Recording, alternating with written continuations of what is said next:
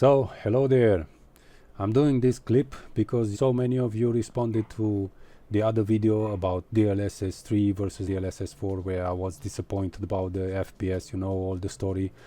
Let's keep it simple for now, and what I did found and managed to select, there are 4 segments or categories.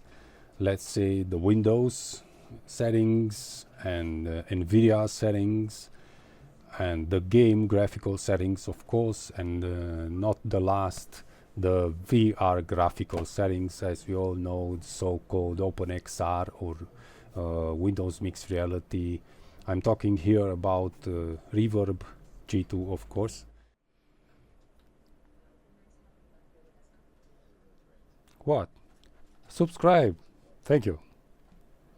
Let's begin with the simplest things. You know, one brick at a time can build something serious. Let me show you first the Windows settings as I found them. Switching to desktop.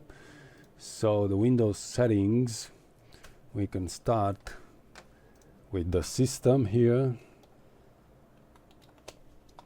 With the system, and here we go to advanced system settings. Here we can find in the advanced tab, you go to performance, where you can find, of course, all the visual effects from Windows. So Windows is doing it, yes, of course it's doing it, it always done it, but you tick everything off. So you put, don't let the Windows, Jesus, look here, let Windows choose what's best for me. Seriously. Oh, come on. Now put on custom and deselect everything, but you would like to keep this smooth edges of screen fonts. If you tick this off, your fonts will look nasty. So you can tick it off if you want, but you will tick it back on. Believe me, it's odd. The next one, show window contents while dragging. So this one, if you tick it off, when you move a window, it will teleport. You will not see it moving. And show thumbnails instead of icons. This one, inside the windows, when you go to a folder, let's say, you will see what's inside the folder even if you don't click it. So that is all about here, right? So this is the Windows aspect, the desktop aspect. We don't need this. You tick those 3 and the rest you can tick it off, believe me. All right, now let's go to advanced, and very important, I think, it's the virtual memory page. And here you have to click change, of course. In my case, here I had 24,000 and some numbers, but I have 32 gigs of DDR5, so I don't see it relevant. So I changed it to 32768 for 32 gigs. Of course, if you have more or less, you have to adjust to that. So I think this helps. Yes, okay, we change this to, and then click OK, and then click OK.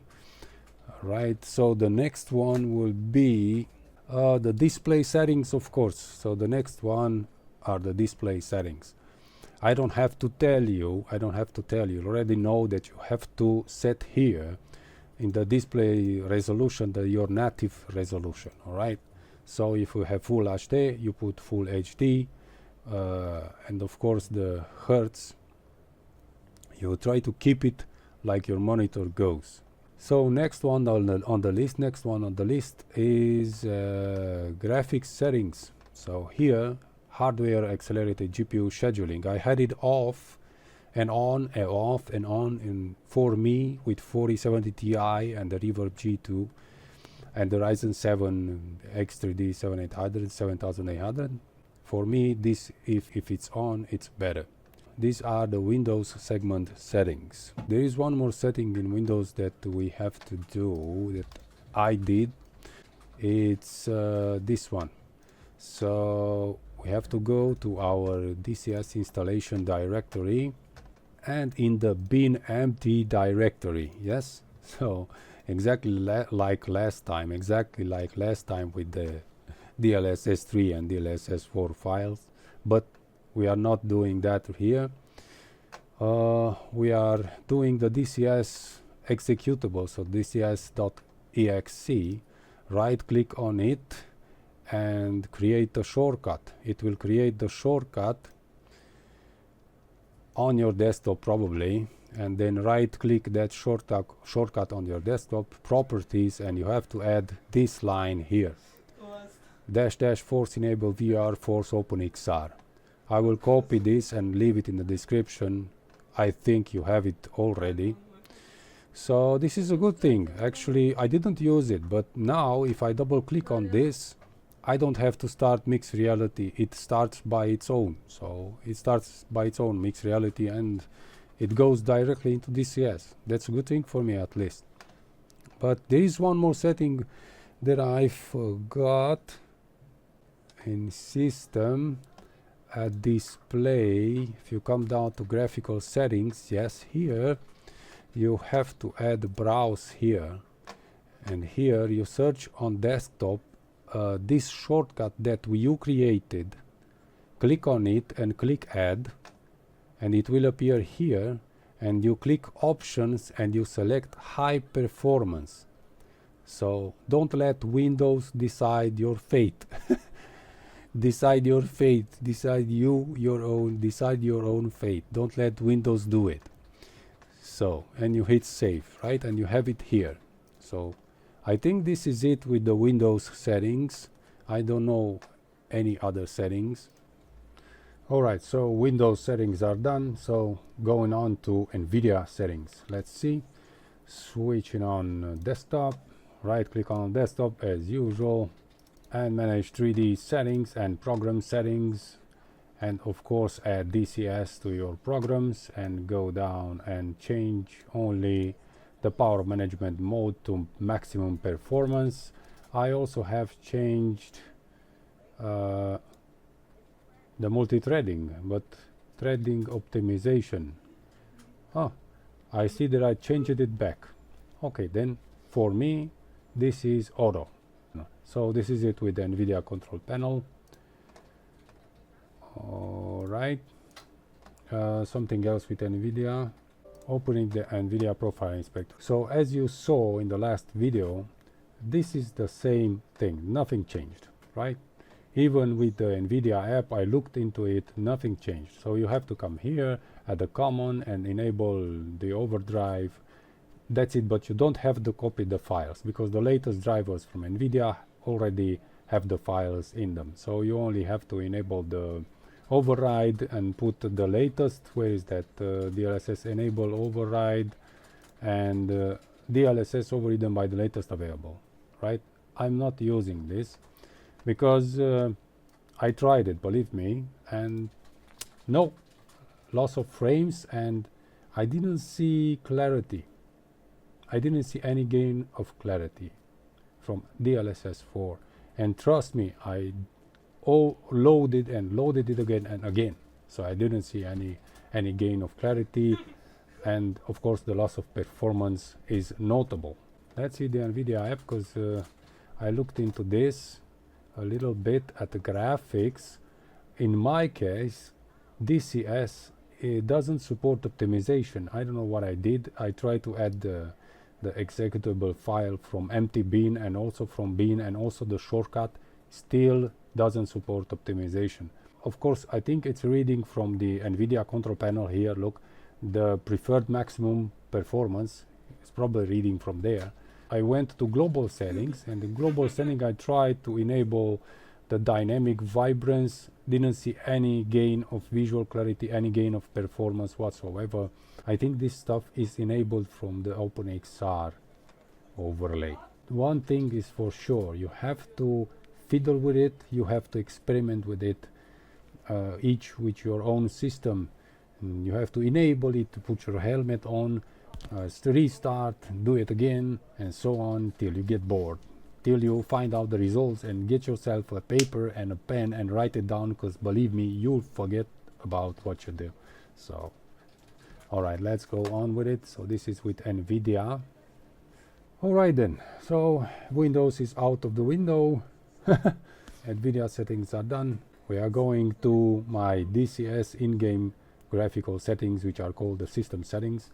So let me change this to system and DCS system settings.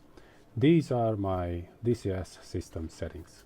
So I observe this one thing: the resolution of your game, even if you're playing in VR, it has to be your native monitor resolution. It helps. I observe differences. So it's better to go with the native resolution. I tried to put 1024, so I have a low resolution on the desktop. It didn't work. Even if I'm recording, I didn't care about that. So I tried to go with the small under HD resolution. Didn't gain any performance. So I put it back on 2K resolution. Cockpit display 1024, but not every frame. The DLSS settings is on and is balanced. It's balanced. Oh, this is not balanced. This is not right. It's a mistake. Is quality on quality. I took the screenshot the wrong way. Here in the system settings, everything turns around this setting here, the DLSS, balanced performance, quality. So that depends what you're doing in OpenXR. But as a starting point, just leave the settings as I did if you have the 4070 and the Reverb G2, and start from there to fiddle with, to tune with your system settings, right? So this, consider this as a basic setting for clarity and gameplay and playability of DCS.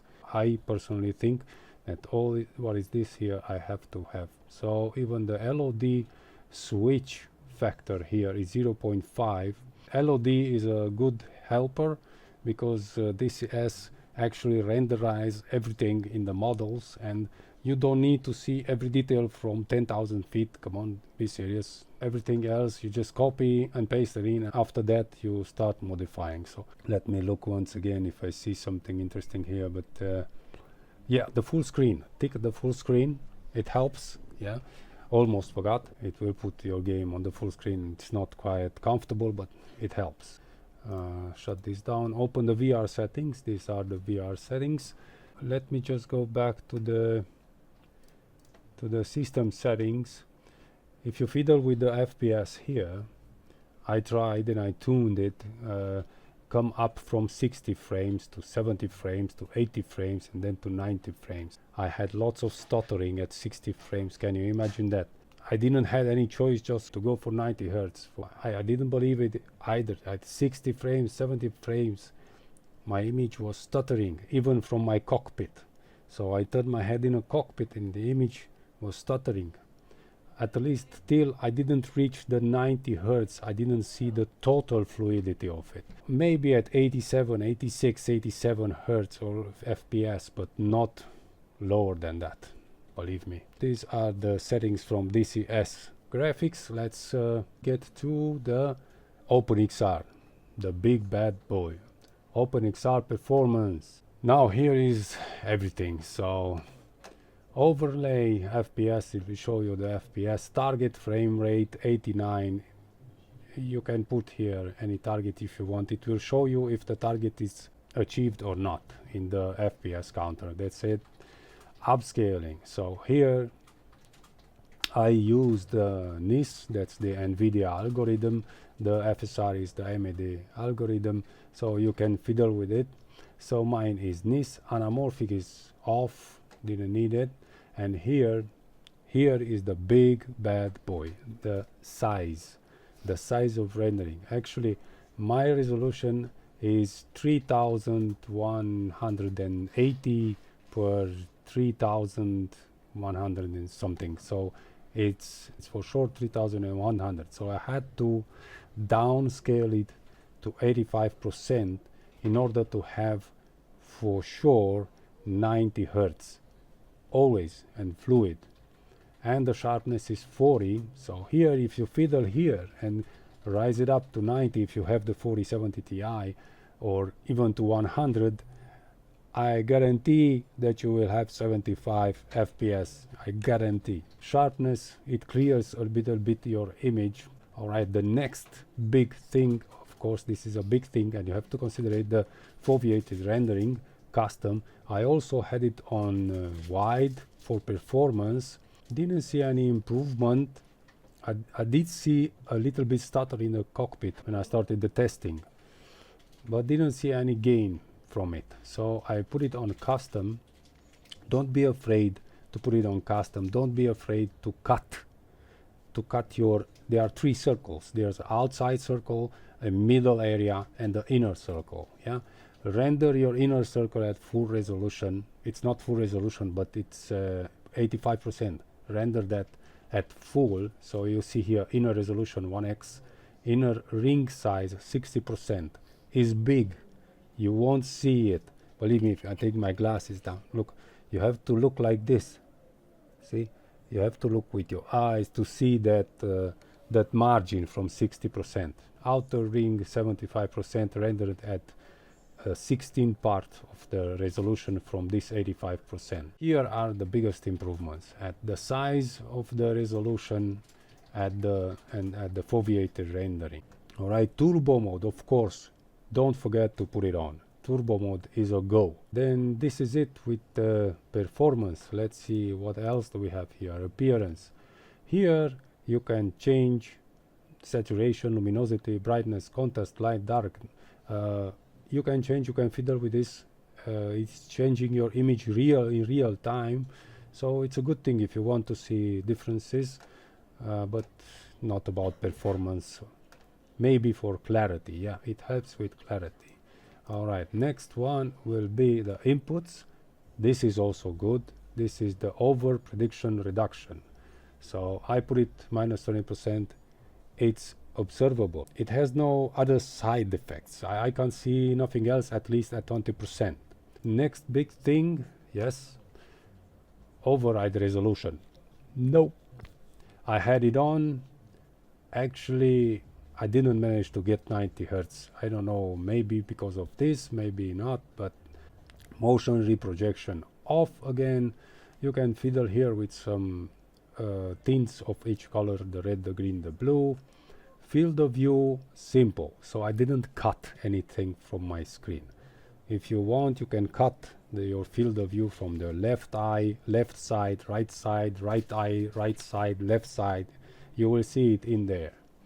The zoom is 1x. Of course, I don't want any blind eyes and so on.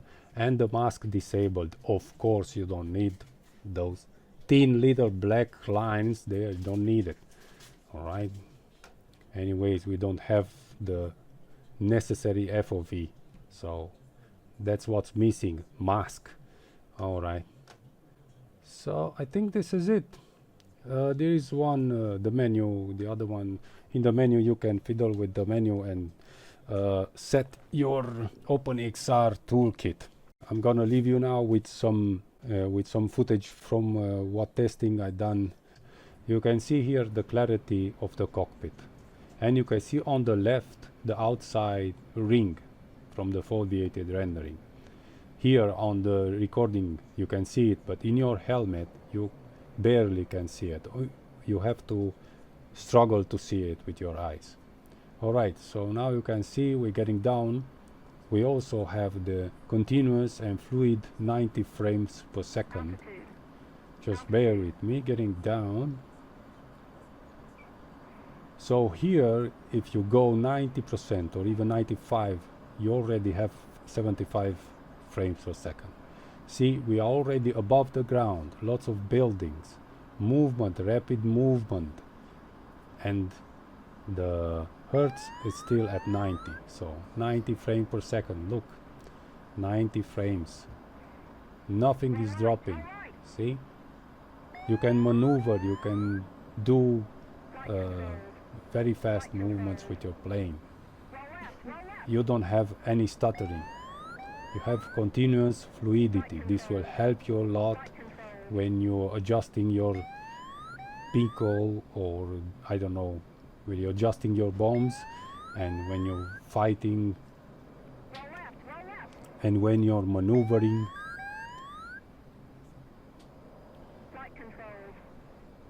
Look, still 90 frames per second. Going very close and very low between buildings. This should lower the frames, but it's not lowering. Alright, let's climb up. So now we're climbing up. Now, of course, not all of you have this system. The most important thing that you have to do, you have to set and fiddle with the size of the resolution. You put in your resolution. In my case, in HP Reverb is 3100 by 3100, and from there you lower your resolution, you lower your resolution size. Let's say you put it 80% or 70%, put it 70% and you climb from there. And be careful when you set up your resolution or your size, better said. When you set up the size of your resolution, start going from where you can see clearly your cockpit, so you can read stuff from your cockpit. It doesn't have to be crystal clear, just so you can read it, and from there you start rising it up, I don't know, 3, 4%, 5%, 6%, till you see that it stops and it starts to stutter. I wish you loads of energy and focus in tuning your systems, and come back to me in the comments section. Don't forget that this is the thing that made me do these tests, and thank you so much for subscribing. Till the next time, ciao.